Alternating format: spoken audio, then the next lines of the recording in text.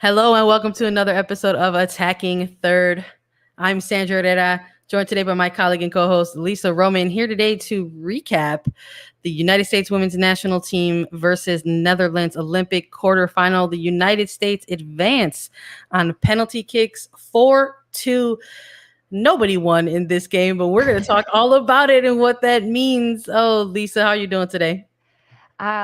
This game didn't kick off till 7 a.m. Eastern, so that was good for me and my sleep schedule a little bit. But the stress levels are still rising. I'm not comfortable with where we are right now in this team, but obviously we're going to dive all into that. But I got a little bit more sleep last night than I have for those 4 a.m. kickoff times. What about you, Sandra? How are you feeling? Grateful. I'm feeling grateful today, Lisa. I'm grateful for the little bit of extra sleep we were able to get with the later kickoff. Grateful for Alyssa Naeher and, quite frankly, those saves and those hands. She brought it today. I think we need to remind everybody really quickly that if you enjoy these like post quick hit recaps of the Olympics, we appreciate you all joining us. So a reminder to follow us on Twitter at Attacking Third. You can find us on Apple Podcasts, Spotify, Stitcher, and everywhere else you find your podcasts, and also YouTube. So go ahead and find us, and let's get into it. Lisa, I think we just need to jump into this starting 11 because head coach Vlatko Andonovski hit us with another rotation. You know what? If he's not been nothing else, he's been consistent. We've been seeing a lot of player rotation. This was his fourth different starting lineup to hit up the Olympics. So let's take a look. He rolled out with Alyssa Naeher in net, Crystal Dunn, Becky Sauerbrunn, Abby Dahlkemper, and Kelly O'Hara in the back line. Sam Ewis, Julie Ertz, Lindsay Horan to run out the midfield, and Tobin Heath, Carly Lloyd, and Lynn Williams getting the start up top for the front line today. What were some of your impressions when you took a look at this starting 11 here? My first thought, Sandra, yay, Lynn Williams. I was so happy to see her get the nod for the start. She deserves it, especially coming off of the last 3 games that the United States has played. They needed to be more on the front foot, pressing high energy, attacking. And anyone that talks about Lynn Williams, and if anyone has ever seen her play, you understand that energy is her middle name. It's Lynn Energy Williams, and she brings the energy. She brings the high press on both sides of the ball. So her getting the start, huge. I was so happy to see that. And we'll get into how the game went, but clearly it worked and it proved well. She made an impact the first minute of this game, and it showed. So great job by Vlatko Andonovski to rotate her in there and get that. I was a little surprised at some of the people. And then, I think it was still early and I hadn't had my coffee yet. And then I realized, this is win or go home. They need to go into penalty kicks at the end of this one. They're going to need players on at the end of the game that can not just take penalty kicks, but score them. So that's probably why we saw the starting forwards look a little different with a Carly Lloyd, who has traditionally come on and been that firepower towards the end of a game. But you want players like Alex Morgan taking penalty kicks and Kristen Press. So that was something that at first I was like, wait, what? And then I drank some caffeine and I was like, oh, duh, Lisa, come on. No, absolutely. I feel you on that. And just to like maybe set the scene a little bit for folks who are just here for the U.S. women's national team, like all of the quarterfinals were taking place today. They had maybe about an hour separation between all of them for kickoff times. And there were a ton of games that went into extra time, one that went into penalty kicks. So there was something in the water today for sure. Not too shocking to see that this game sort of ended up playing out the way that it did. So maybe, I think I don't know if that's giving a lot of credit or giving a lot of praise to Vlatko Andonovski, but, as long as the team keeps getting results, quite frankly, I think there's going to be a little bit of leaning towards the latter of praise versus the criticism. But I was stoked. I was hyped to see Lynn Williams in this lineup. It's, for lack of a better word, it's been stagnant a little bit, right? That front line hasn't sort of been the very, very lethal sort of that really kind of vicious mentality that we're used to seeing in front of goal. And having Lynn Williams slotting in there was also like significant for a number of reasons. But, to watch this player get selected to this roster initially as an alternate with a lot of question marks around this Olympics, like were we going to ever see some of these alternates selected? in these games, and then the Olympics committee go ahead and, extending the rosters to the full 22, to where head coaches can name a full 18 from the 22 players. Like, just such a great storyline so far for somebody like Lynn Williams. And diving into this first half, quite frankly, let's get into it, Lisa. Immediately making an impact in this game. Lynn Williams was everywhere in this opening, like from the opening whistle. And for me watching this game, it felt nice. It was like I was like, here's Peter. Like, to quote national team. Yeah, here they are. To quote Hook, I was like, oh, there they are. Like, I was just like, this is the team that we have been used to watching leading up to the Olympics, at the very least. This was a team that I think the concerns around the group stage was that it was a bit of unfamiliarity in watching them play out their group matches.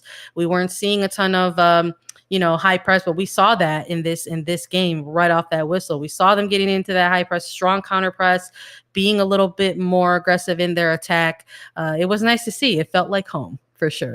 It really did. And we had the high press from Williams, Lloyd, and Heath, and it was so immediate that honestly the Dutch were like, oh, you guys are really coming at us. It took Netherlands about 10-15 minutes to understand where all this pressure was coming from.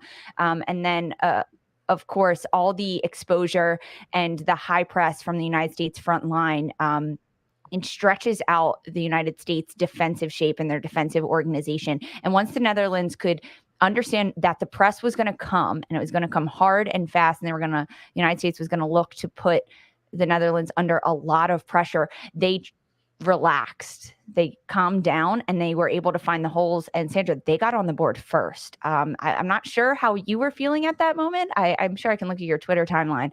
I was like, oh no. I immediately was head down. I was like, oh no, what are you doing in the back line? Why, you know that she is going to score. Vivian Miedema, she's the best on this team. She's scored, 8 goals going into this match, and she is the driving force behind all of their attack. You have to keep an eye on her. She can't be left to spin on one defender, and poor Abby Dalkamper, she's the one that got the worst of that, and Miedema made her look silly. She really did. And it was a really beautiful ball, really struck well. And my head went down. Thank goodness I wasn't on that team and on the bench. I was like, no, what are you guys doing? You had the front foot, you were attacking, and then you got exposed. Tighten up. And I think that was the first mindset from a player like Julie Ertz after that goal went in. And she's the type of player that can organize the team and rally them and say, we're doing the right thing by pressing. We need to continue to put pressure on them as soon as we lose the ball, but we need to be smarter defensively in our shape. And that's kind of how the rest of that first half went out. But there were some more goals. There were. If you do happen to scroll on my Twitter right now, there's not going to be anything meaningful at all. It absolutely was just, it was just pure like reactive. It was just a reactive timeline for me. But I was like kind of bummed to see that first goal conceded, just because of the tempo that the United States had established so early, that it was apparent that if the Netherlands were going to get one, it was going to be on a bit of a counter after sort of trying to sustain a little bit of what the United States were bringing them. And Sandra, sorry, I don't mean to jump on top of you again here, but the play that happened for the Netherlands, that they were able to do that, it was because Lindsey Horan was pushed so far forward, which is really good for our attack. Yeah, but as soon as we lose the ball, she has to drop back and be that double six alongside Julie Ertz. And as the match went on, they got so much better at that relationship between double sixes and holding back defensive shape in that defensive midfield position versus Lindsey Horan pushing forward, getting into the attack, contributing with the forwards. Julie Ertz will always sit back and hold down the fort there, but that's where the relationship was missing. Mm-hmm. Yeah, and they targeted it really quick. And you have to give credit to Netherlands. That's not to take away from that first goal, like, from Miedema, but Serena Wigman, the head coach of the Netherlands, did such a good job, I felt, within this game, making these in-game adjustments for her team to have them prepared to sort of have these different looks at the United States and really be able to sort of pinpoint and capitalize on areas of the game that the United States was bringing to them. So seeing that type of goal, and like, you don't have to give that player a lot of room. You know, Minima just needed that little window of space and made it happen. And touching back a little bit to that starting 11, I know you and I were both very high on Tierna Davidson getting the starts over those final two group matches. So we wondered a little bit, I think, what was going to happen in this match, and Andonovski went the way of Dahlkemper. And honestly, you know, that might have been the move, considering you had 2 straight games of 90 minutes. You want to give your defenders maybe a bit of a break there. Maybe the thinking was you want to have the fresher of the center backs going against a player like that. But on the replay, it was a little bit painful because you just see that split second where Dahlkemper kind of makes that decision to kind of step wide, and it just opens up that already small window just a little bit bigger. And a player like that is gonna connect every time, and she did. So they found themselves down 1-0 in the 17th minute. And I think maybe if it's another team, if it's not a United States team, like mentally that can kind of do something to you if you have the momentum going for those first, 15 to 20 minutes of the game. But, Lynn Williams and Sam Mewis both had themselves a game. We were also kind of had some question marks around Sam Mewis too. We're like, hey, like when is the, the 6-foot giant dominator of this game gonna, kind of introduce herself to these Olympics? And she kind of did it in this match. And both of these players, teammates on the North Carolina Courage side, connecting for the opening equalizer just really like 10 minutes later after conceding a goal. It was huge. It was a huge swing back for the United States in terms of momentum in this first half. It was a really thrilling back and forth in the opening 45. That was the response that we needed to see from the United States, and how immediate it came was perfect. It made me take a deep breath, and I was like, relax, Lise, you can watch this game still without stressing out so much. The response immediately at the kickoff after they went down a goal was high energy press. It was the same that we saw for the first 10 minutes of the game, which made me feel so much better. And then, of course, the goal was beautiful. Lynn Williams getting the cross in. She just looks so calm and composed on the ball throughout this entire game. And then she gets the assist, and Sandra, then she gets a goal. Yeah. Heck yeah, Lynn Williams. It was so beautiful. Just a few minutes later to give the United States the go-ahead goal, 2-1 heading into the half. That was a really good goal to see from Lynn Williams, almost similar to Minima's goal in a sense, how she received the ball and then a quick volley shot. She only had a little bit of space, but the volley shot was beautiful, struck so well. And then the celebration after, gave me goosies. So many goosebumps to see Lynn Williams. So celebratory and so excited, and her teammates just rallying around her. That's the kind of confidence you need to give a player like Lynn Williams, who's getting her first start in this Olympics and gets the assist and then gets the goal. Really nice first half from Lynn Williams. And we talked a little bit about Sam Mewis being in that midfield, and a little surprised at her to get the start, but the combination play, like you mentioned, because Williams and Mewis play on the same club team, they have that relationship and they have that good rhythm together, and it makes players just a little bit more relaxed and at ease when you can truly anticipate what your teammates are going to do on the field. And the play between them was really spectacular in this first 45 minutes. Yeah, it helps. The chemistry is important, and it showed in the first half for sure. We also have to introduce these offside breakthroughs for this team in being so persistent, the United States, in being so persistent in their attack. Maybe we're a little bit excited to kind of bring back this familiar play, this high press that they're so comfortable in, that the runs maybe were a little bit just off. We're talking about like fractions here, folks. So they also kept their streak going of offside breakthroughs there, disallowed goals per se.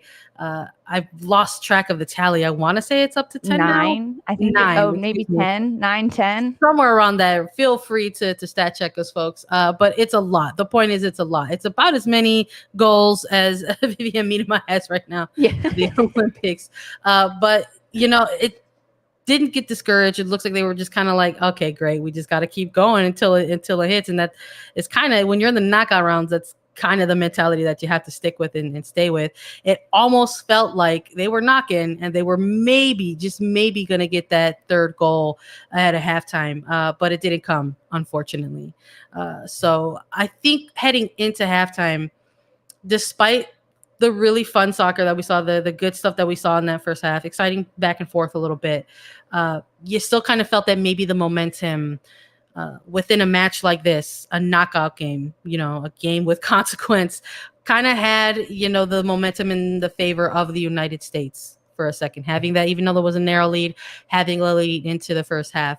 And then we were curious. I know we're always curious to see what's going to happen in that second half, if there's ever adjustments that's going to be made. And we're going to get into that right now. Belisa, we always check with each other on our caffeine, and now we have to take a break to hydrate. So let's take a hydration break, and then we'll be right back.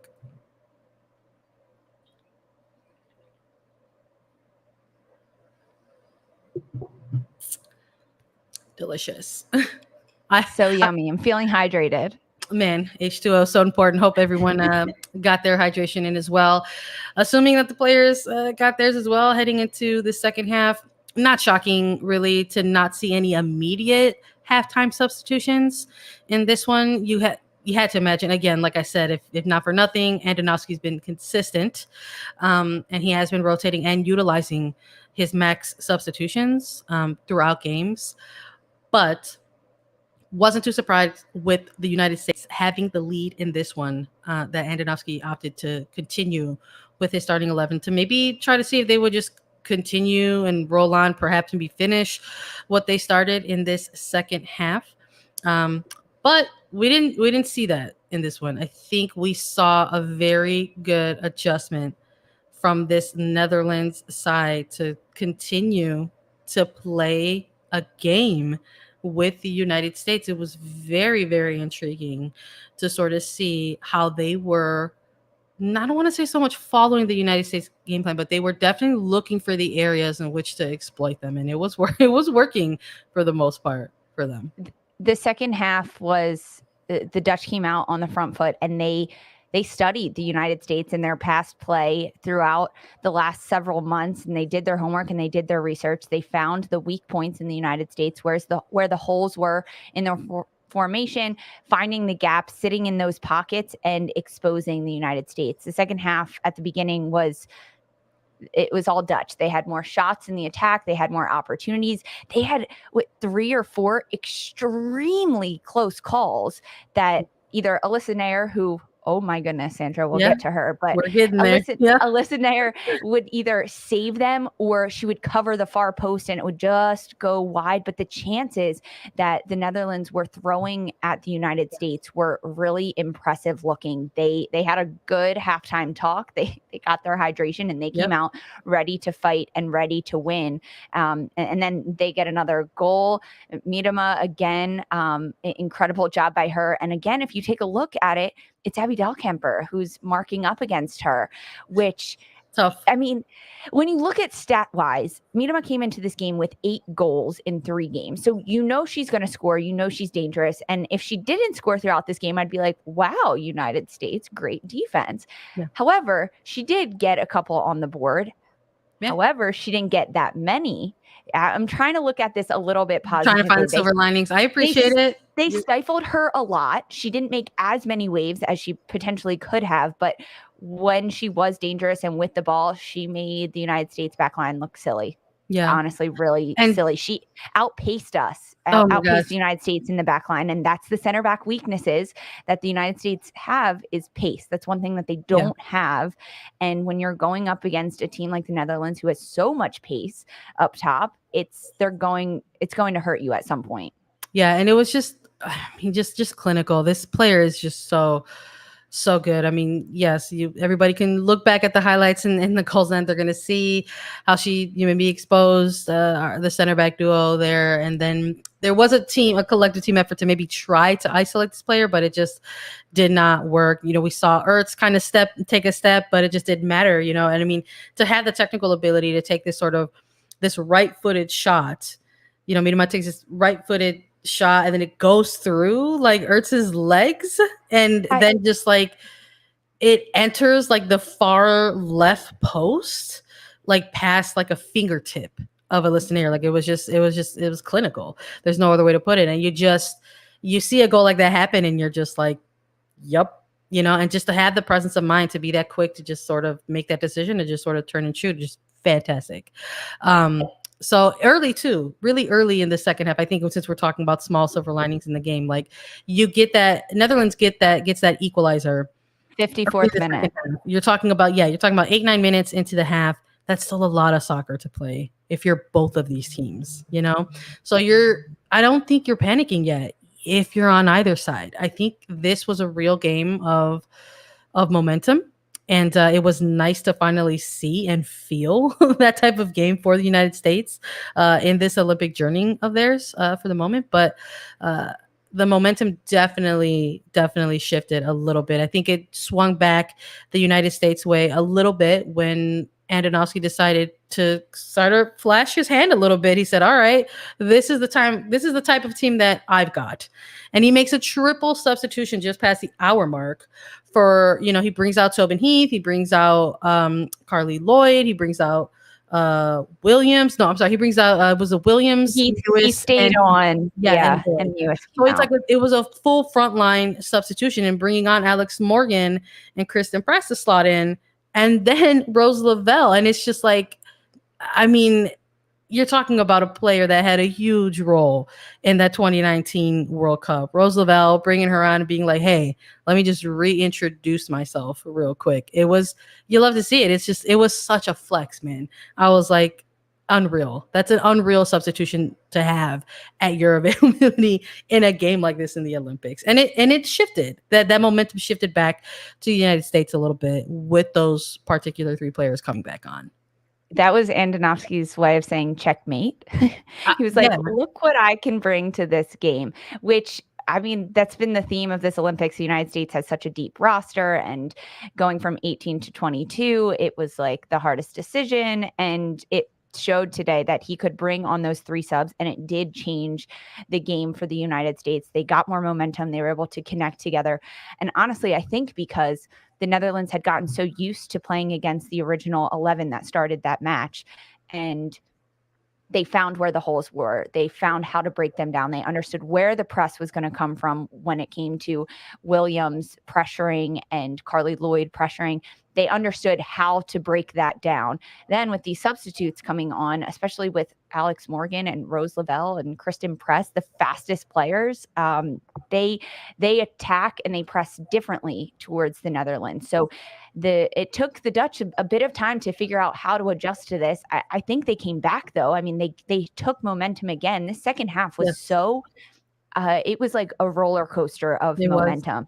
And it was like solid momentum. It wasn't like just a back and forth game. It was 10 minutes in the United States' favor and then 10 minutes towards the Netherlands' favor, when these teams were really undoing those knots and feeling out their opponents. And then towards the end of this second half, I was like, what is happening? All of a sudden the United States were pushing, and I was like, guys, there's like 90 seconds left. What do you do? Where was this the last 10 minutes of this game? Like, this is great. Thanks for drawing a corner kick and really pressuring it high. But like, couldn't you have started this maybe like 8-7 minutes ago when there was enough time to get this momentum back? Like a little too late. No, guys. It was entertaining, to say the least.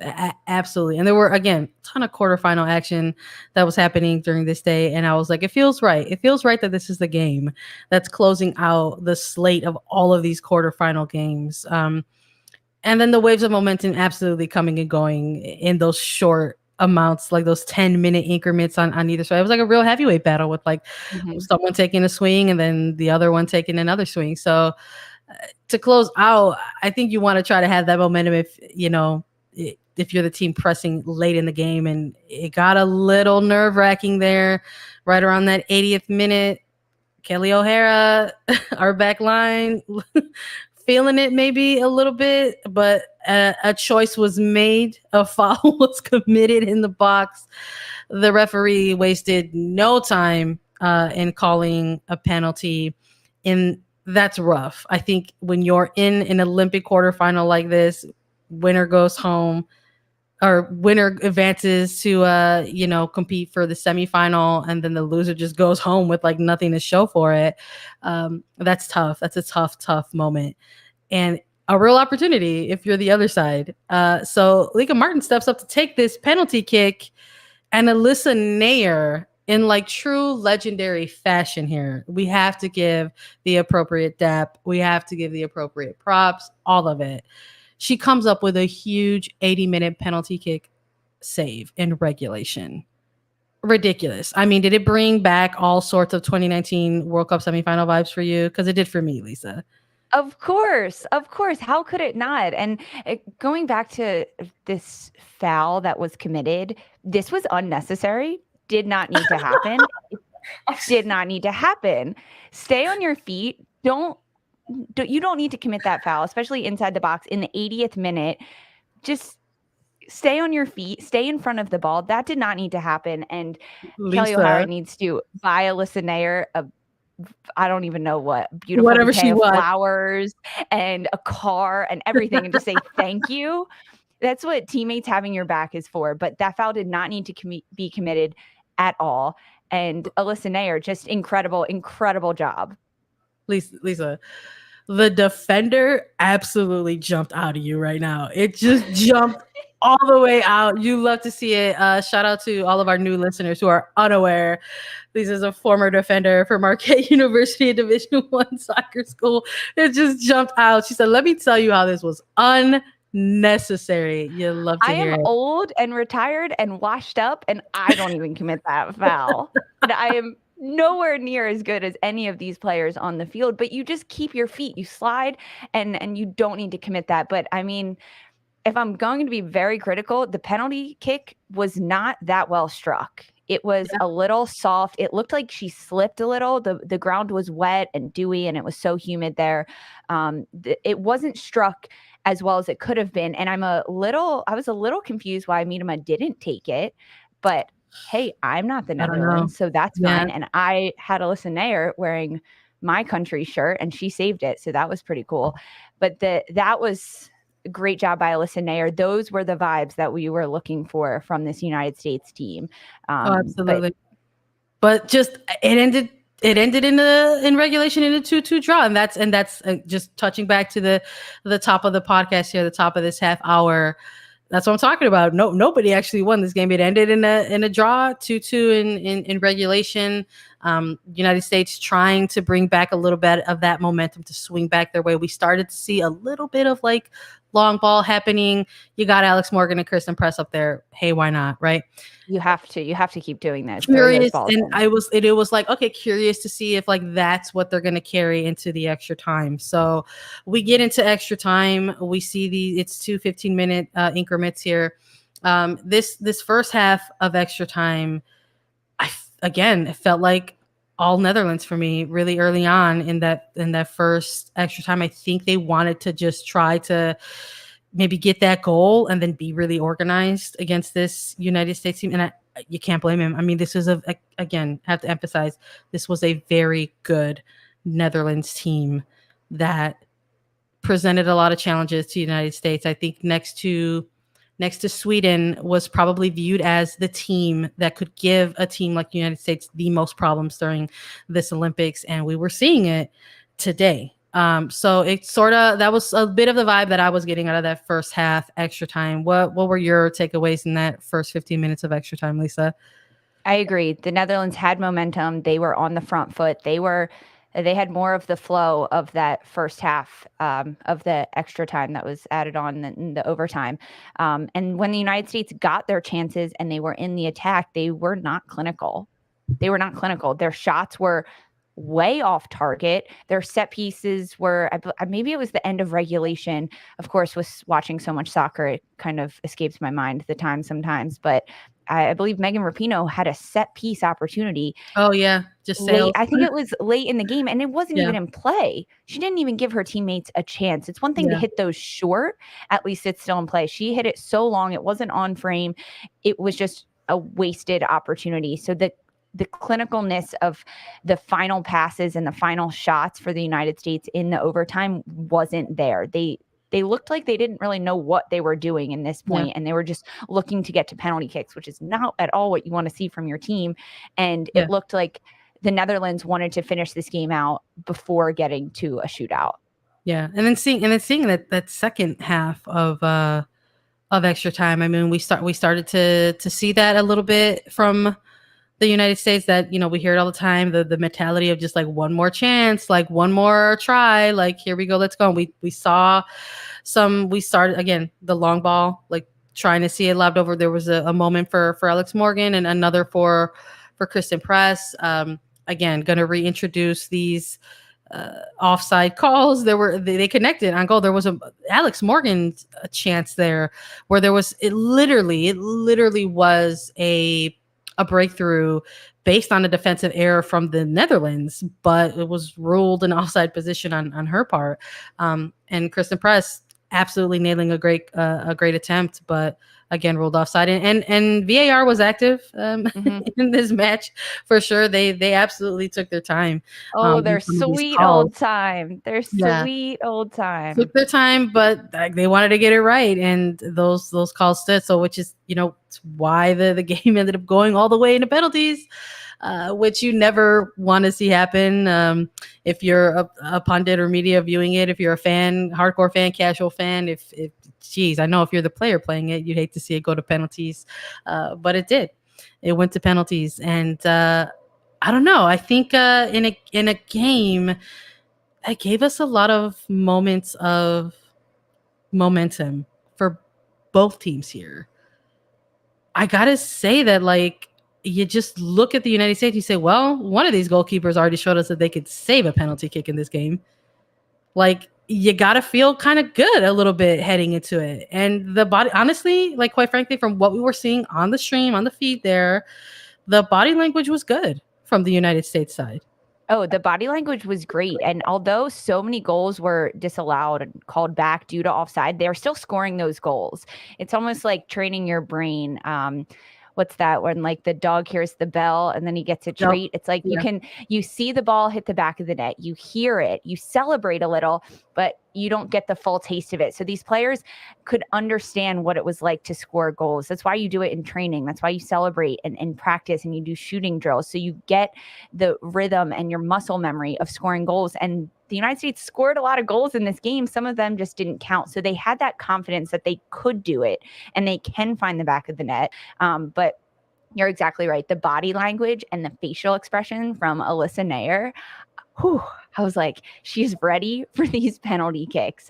She looked so determined and ready, and that's exactly what you want to see from your goalkeeper heading into a penalty kick shootout that determines the fate of the Olympics, which the Euros, now the Olympics, and we saw it from games earlier this morning. I can't handle all these penalty kicks. I can't. It's way too much for me and my little heart. I can't handle it. For your little heart. Oh, man. What about my little heart, Lisa? It was tough. It was tough on my end too. I was like, geez, we got to do a podcast about this. I got to write some stuff about it. Oh my gosh. You know, it did also, along with like Alyssa Naeher having some big moments and bringing back, you know, some 2019 World Cup semifinal vibes. This whole scenario, I got to be honest, also brought some 2016 Rio vibes for me. I mean, this was a team that was in the exact same position that they were in their 2016 quarterfinal against Sweden. They played 1-1 in regulation. Extra time didn't happen. Went to penalty kicks. And they did not have a good showing in that penalty kick shootout. And watching this team go into this penalty kick shootout and have not one but two players who missed their penalty kicks in 2016 step up. I thought the same thing. Was huge. It was so huge. You absolutely love to see it. I loved every second of watching these players convert their penalty kicks. Special shout out to Alex Morgan and Kristen Press. It was a tough 2016 exit that they had, but it was a great combination of like a team effort for even in the penalty kicks, because you had Alyssa Naeher really set the tone.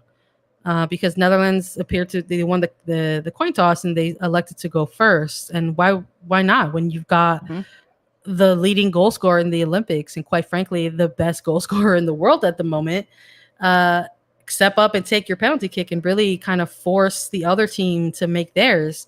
And then to have these two players going head to head, Minima versus Naeher, and then Naeher making this stop, it was huge. It absolutely feeds the energy to your PK takers. Like full stop. Heading into the penalty kicks, I would say the Netherlands had the upper hand. They had more momentum. They were a little bit on top of the end of overtime play. They had a little bit more juice under them. And as soon as Alyssa Naeher made that first stop, everything shifted.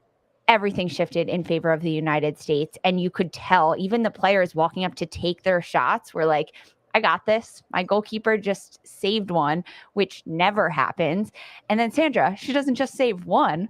She saves two. Yeah. Two. They weren't misses. They didn't go off the crossbar. She saved them. She caught them in her gloves. Incredible. Not one, but two. And then on the other side, you had all these players converting theirs.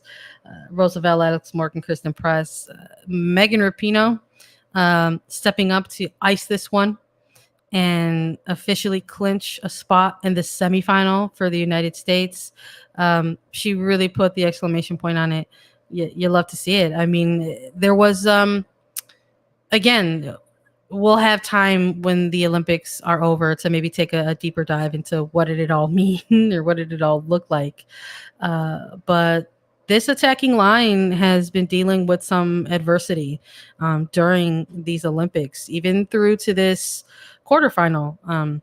It looks like a huge talking point leading up into this quarterfinal was how this team and the coaching staff decided to execute their final group match against Australia.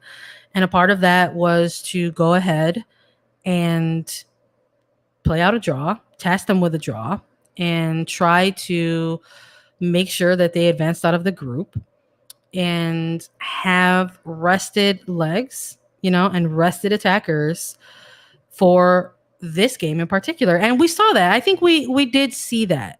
We saw it in the regulation. We saw in the top line with Tobin Heath, with Carly Lloyd, with Lynn Williams. We saw what that looks like with player rotation and executing a game plan a certain type of way to rest. Tobin Heath almost had that opening goal. But again, the offside call happened. There was a breakthrough there, but it didn't count. So there was better looks from this attack coming out of this game than I think there has been in their previous group play. So that's a positive to take there.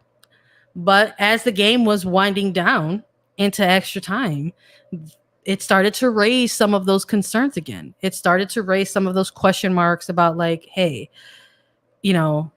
some of these attackers in the top line, like, are they gonna like really get through to extra time? How are they going to look or feel when they get into penalty kicks? Because it's one thing to be rested and then come in and try to like change the game in regulation, but then to be asked to do that in 30 extra minutes of extra time, how are your legs feeling when you're stepping up to take these penalty kicks? And at that point, you also subbed out 3 really great attackers. I know, Lisa, you and I at one point were like, man, like they're not going to have Tobin Heath available to take these penalty kicks. That's what I thought. And we were like bummed out about it. We were like, yo, this is going to come back to bite them. How did they just sub out Tobin Heath? And that's just some off mic action for you guys when we were texting each other, like sneak peek of our text messaging. But like, we were kind of like, we were like, hold on, Blacko, what are you doing? So it ends up working out, when they have the result that they had today, you just sort of have to talk about it how we're talking about it, and then ultimately tip your hat to the coaching staff and the team. They executed what they meant to execute, and now they're in the semifinal going up against Canada. And Lisa, let's talk about it a little bit. So they advance on penalty kicks 4-2. Alyssa Naeher comes up huge, makes those 2 saves. All 4 players stepped up to take their penalty kicks, executed those, and this is maybe the type of game that doesn't necessarily, it's not officially qualified as a win, but it feels like one for this team. Like, I think the vibes also for them, they think it's a win. Did you see the way they were celebrating too? We were waiting for it. We were waiting for it this whole time. We were waiting for that this whole Olympics. Didn't even see this that same kind of energy in a huge win like against New Zealand. You know what I mean? So that's why I'm just like, this one, it's like it's gonna go in the books as a regulation draw, advanced on penalties, but it feels like a win. It's that confidence and that momentum builder that you absolutely want to have building towards a semifinal against what is considered another rival for this team. We got an all CONCACAF semifinal coming up, folks. The Olympic semifinal will be taking place on August 2nd. Set your alarms because it's going to be taking place at 4 a.m. Eastern time. So it's another early one. And it's United States versus Canada. So I think our only real takeaways here are that, to preview this game very, very quickly, is that the last time these two teams met in a Olympic semifinal, it was dramatic, to say the least.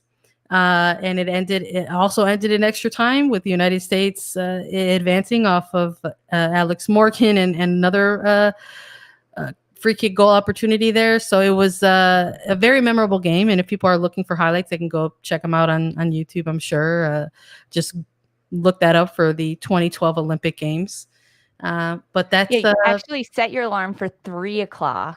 Rewatch that game, watch those highlights, and then you'll be ready to go. That's terrible advice. What's wrong with you? Listen, don't listen to Lisa. You've got a couple days, guys. It's gonna happen on Sunday. It's Friday. If you're listening to this, we're recording this immediately as of the quarterfinal postgame. You've got some time. Take a look at him. But they're two teams with a history, no doubt. Whether they've competed against each other in international friendlies or in international stages like this, during Tournament of Nations or She Believes Cup, there's a history between these two teams for sure. Sandra, I want to ask you, as we look ahead to this Canada game and the United States going up against them, we've seen different lineups for the United States, and taking a look specifically at the back line for the U.S., who do you think will be those four? Well, Naeher will be a goal. I think we can agree on that. But starting lineup, who do you think will be the four? I would love to see Tierna Davidson get back in and get a start. And she got the rest today. Yeah. She got the rest today, so she's feeling good. Yeah, if we're talking about if Andonovski's if his criteria is to constantly rotate players and to ensure that they're getting rest and to have his sort of present players with their best foot forward, the Vlatko equation shows us that Tierna David should be tasked with this next start. But we'll see. Stranger things have happened. You gotta shout out somebody like Crystal Dunn. It looks like she is absolutely going to be going the rest of the way for these Olympics.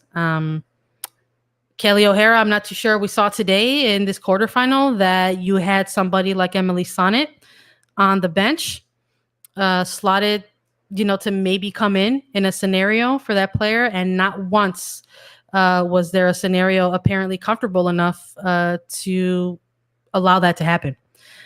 So we'll see. But they've also got Casey Kruger available in their 22. So we'll see how the full 18 gets announced come Sunday. But starting 11, I think, if you're Andonovski, you're giving that start to somebody in Davison. I think a Canadian team, a Canadian attack is one that you want to see Davidson in against.